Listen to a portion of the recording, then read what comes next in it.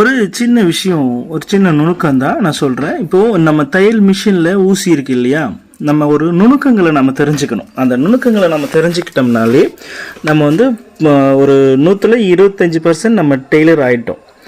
அதில் இந்த ஊசி உடைஞ்ச பிறகு ஊசி மாட்டினா நம்ம வந்து தைச்சிடலாம் அப்படின்னு நம்ம நினைப்போம். அது முற்றிலுமான தவறு.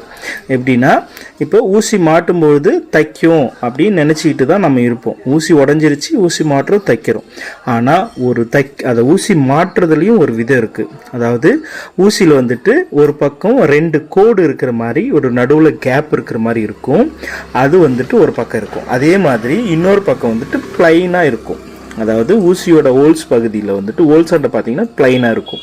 அப்போது இது ரெண்டும் வெவ்வேறு பகுதி இருக்குது. அதாவது லெஃப்ட்டு ரைட் இருக்குது. அப்போது நம்ம ஊசி மாற்றுற இடம் வந்துட்டு நம்மளோட ஊசியோட நூல் கோக்குற இடம் வந்துட்டு அந்த கோடு இருக்குது இல்லைங்களா, அந்த கோடு பகுதியில் தான் நம்ம வந்து ஊசியை நுழைக்கிற இடமா இருக்கணும். அதாவது நம்மளோட இடது பக்கத்தில் அந்த 2 கோடு இருக்கிற இடம் வந்து இடது பக்கத்தில் இருக்கணும். வலது பக்கத்தில் அந்த பிளைன் பகுதி இருக்கணும். அந்த பிளைன் பகுதி நீங்கள் மாட்டி, அதாவது லெஃப்ட் ரைட்டு மாற்றிட்டீங்கன்னா ஸ்டிச்சிங்கு நீங்கள் கனவுல நினச்சா கூட ஸ்டிச்சிங் வராது. நூல் கட்டாயிட்டே அப்படி நூல் கட்டாயிட்டே இருக்கும்போது நம்ம வந்துட்டு அடுத்தது என்ன பண்ணுவோம்னா மெக்கானிக் கிட்ட தான் ஓடுவோம். அதாவது இந்த நுணுக்கங்களை நம்ம தெரிஞ்சுக்கிட்டோம்னா நம்ம ஈஸியாக நம்ம தைக்கிற வேலையை பார்க்கலாம்.